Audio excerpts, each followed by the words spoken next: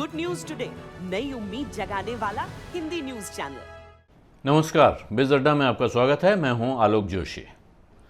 अफगानिस्तान पर आपकी नज़र लगातार बनी हुई है। हर रोज़ अफगानिस्तान से हेडलाइंस आ रही हैं, खबरें छाई हुई हैं, लेकिन इस बीच हमारे एक दूसरे पड़ोसी देश में एक बड़ा धमाका हो गया है।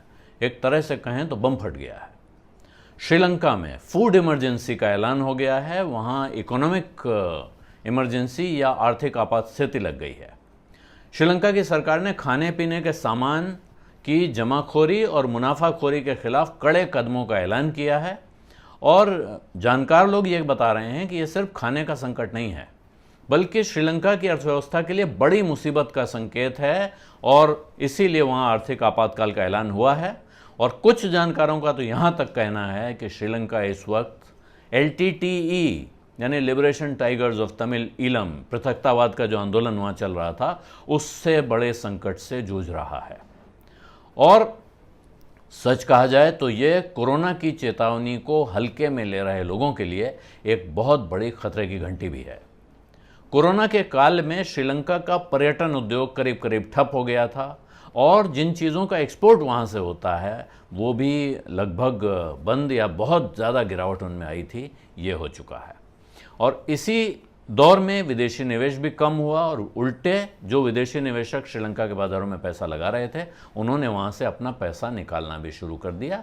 और इन सब चीज़ों का कंबाइंड असर ये हुआ कि श्रीलंका में जो करेंसी की कीमत है, श्रीलंका में रुपया चलता है, श्रीलंकाई रुपया होता है, उसकी कीमत में इस साल अभी तक करीब 7.5% की गिरावट आ चुकी है डॉलर के मुकाबले।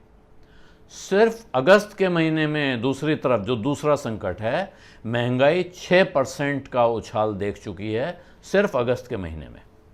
और यानी दाम बढ़ रहा है। दाम बढ़ने की वजह क्या है? चीज़ों की किल्लत हो रही है। दुकानों के बाहर लंबी लंबी लाइनें नज़र आ रही हैं।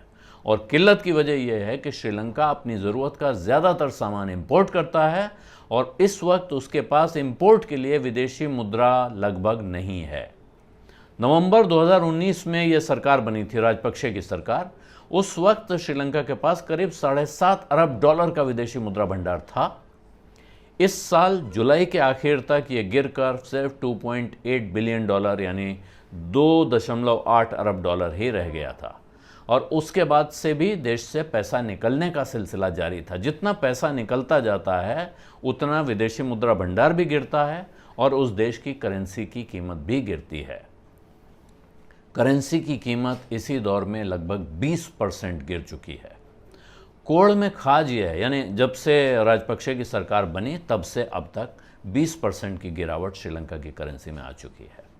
और दूसरी तरफ कमोडिटी का बाजार दुनिया भर में उछाल पर है, यानी जो चीज़ें आपको खरीदनी है वो महंगी होती जा रही हैं, करेंसी आपकी सस्ती होती जा रही है, तो आपके लिए दाम की डबल मार आप पे पड़ रही है। और इसी सब का घुमा फिरा के नतीजा निकला है कि जो प्राइवेट बैंक्स हैं श्रीलंका के, उन्होंने कह दिया है कि हमारे पास अब डॉलर नहीं बचे हैं, हम इंपोर्टरों को दे नहीं सकते हैं। और पिछले 2 हफ्तों में तो सरकारी अफसरों ने चीनी और अनाज के गोदामों पे छापे मार मार कर वहाँ स्टॉक जब्त करने भी शुरू कर दिए हैं। 1000 से ज़्यादा ऐसे छापे मारे जा चुके हैं। राशन के दाम तय हो रहे हैं, यानी प्राइस कंट्रोल लागू हो रहा है। तो बुरी हालत है श्रीलंका की, कुल जमा ये कहा जाए तो। और ये जो संकट है ये कोरोना के साथ ही आया था। हालांकि कोरोना काफ़ी कम हो गया, इसके बावजूद अभी वहाँ केस आ रहे हैं। और जुलाई के महीने में श्रीलंका से जो एक्सपोर्ट होता है वो एक्सपोर्ट कोरोना के पहले की हालत, प्री कोरोना स्टेज पे पहुंच चुका था। लेकिन जो आपका एक्सपोर्ट हो रहा है उसकी भी कीमत कम आ रही है आपके पास, क्योंकि आपकी करेंसी की कीमत गिरी हुई है। श्रीलंका की सबसे ज़्यादा कमाई होती है चाय के एक्सपोर्ट से। उनकी कुछ चाय, कुछ हाई क्वालिटी चाय बहुत महंगी बिकती हैं। और उसके बाद रेडीमेड कपड़ों का बड़ा भारी काम है वहाँ, और मसालों का नंबर आता है। लेकिन इस साल वहाँ चाय की फसल पर भी संकट चल रहा है, क्योंकि वहाँ के राष्ट्रपति जी ने ऐलान कर दिया है कि हमारा देश अब पूरी तरह से ऑर्गेनिक होगा। यहाँ सब चीज़ ऑर्गेनिक की जाएगी, यहाँ केमिकल फर्टिलाइज़र इस्तेमाल नहीं होंगे। इस चक्कर में जो चाय के बागान चलाने वाले बड़े बड़े व्यापारी हैं, उनको बहुत डर लगा हुआ है कि उनकी फसल बर्बाद हो सकती है। और यही खतरा काली मिर्च की खेती पर, इलायची की खेती पर और धान की खेती पर भी मंडरा रहा है। और इसकी वजह से बागवानों में, किसानों में भारी हड़कंप मचा हुआ है। चाय की फसल आधी रह जाने का डर जता रहे हैं चाय के व्यापारी, जबकि चाय से जो देश को कमाई होती है वो उसके कुल एक्सपोर्ट का 10वां हिस्सा है। दूसरी तरफ जो विदेश से सामान आना है, ज़रूरी सामान सारा विदेश से आता है, उसका बिल भरना मुश्किल हो गया है। इसी चक्कर में कोरोना संकट शुरू होने के साथ ही ज़्यादातर गैर ज़रूरी चीज़ों के और कुछ खाने पीने की चीज़ों के सामान के इंपोर्ट पर भी पाबंदी लगा दी गई थी। हाल ही में सरकार ने ये भी अपील की है, उनके एक मंत्री की तरफ से अपील आई कि साहब लोग अब गाड़ियाँ कम चलाएं ताकि तेल बचाया जा सके। तेल आपको पता ही किसी भी देश के लिए सबसे बड़ा इंपोर्ट आइटम होता है अगर उस देश में तेल के कुएँ अपने नहीं हैं तो। और वहाँ ये चेतावनी भी दी गई है कि हम पेट्रोल डीजल पे भी राशन लगा सकते हैं। तो संकट सिर्फ इतना भर नहीं है कि श्रीलंका का विदेशी मुद्रा भंडार सूख रहा है, संकट ये भी है कि उस पर भारी कर्ज है विदेशी, और तमाम जो इंटरनेशनल क्रेडिट रेटिंग एजेंसीज हैं वो उस पर नज़र रखे हुए हैं कि कुछ गड़बड़ हो तो फिर हम रेटिंग गिरा देंगे। रेटिंग गिरा देने का अर्थ होता है कि नया कर्ज नहीं मिलेगा, कर्ज मिलेगा तो महंगा मिलेगा। और श्रीलंका को हर साल अब अगले 4-5 सालों तक 4 से 5 अरब डॉलर चाहिए कर्ज चुकाने या कर्ज का ब्याज भरने के लिए। तो ये भयानक मुसीबत अपने पड़ोस में श्रीलंका में चल रही है। पड़ोसी देश उसकी मदद भी कर रहे हैं। इस वक्त बांग्लादेश से श्रीलंका ने एक करेंसी स्वैप एग्रीमेंट किया है जिसमें श्रीलंका अपने पैसे बांग्लादेश के बैंक में जमा करेगा, बदले में बांग्लादेश का बैंक उसको डॉलर देगा। ऐसा ही करेंसी स्वैप एग्रीमेंट उसका भारत के साथ भी है, लेकिन वो भारत से एक बहुत बड़ा ऐसा एग्रीमेंट और चाहता है। और ये वक्त ऐसा है कि जिस वक्त भारत को श्रीलंका की मदद करनी पड़ेगी। उसके 2 कारण हैं।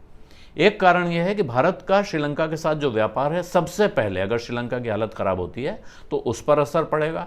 भारत के एक्सपोर्टर्स जो चीज़ें श्रीलंका को देते हैं, पहले ही वो परेशान हैं कि वहाँ तमाम चीज़ों के ऑर्डर बंद हो गए हैं। दूसरा, अब उन्हें डर लग रहा है कि इस हालत में उनके बिल पेमेंट हो पाएंगे या नहीं। जो federation of Indian exporters organisation है, FIO, उसके डायरेक्टर जनरल ने ये चिंता जताई है कि हमारे मेंबर्स के वहाँ बिल फंस सकते हैं, वहाँ से पेमेंट की क्राइसिस भी हो सकती है और यहाँ से नया सामान जाना भी बंद हो सकता है।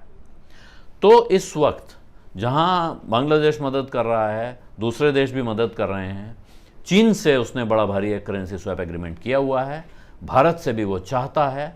तो ऐसे में भारत को उसकी मदद करने के बारे में सोचना ही नहीं चाहिए, मदद करनी ही चाहिए अच्छे पड़ोसी के तौर पे। उसकी एक वजह भी है कि भारत को ये भी सोचना होगा कि अगर अपनी तरफ से थोड़ी भी ढील ढाल की गई तो चीन बहुत तेज़ी से तैयार बैठा है कि भाई वो मदद करे, उसको अपने एहसान तले दबाए और फिर उसका फ़ायदा उठाए। और जब वो फ़ायदा उठाएगा तो भारत के लिए मुश्किल खड़ी हो सकती है। और इसके साथ ही भारत को एक ध्यान और रखना है कि इसी तरह का संकट जल्दी ही अफ़गानिस्तान से तो आने ही वाला है। अफ़गानिस्तान में फसल खराब होने की खबरें हैं और पाकिस्तान से भी आ सकता है। तब क्या करना होगा, इसकी सब तैयारी भी भारत की सरकार को शायद अब कर लेनी चाहिए। यह हिसाब लगा लेना चाहिए कि हम किसकी कितनी मदद करने की हालत में हैं। बिज़ अड्डा में आज इतना ही। अब इजाज़त दीजिए। धन्यवाद। नमस्कार।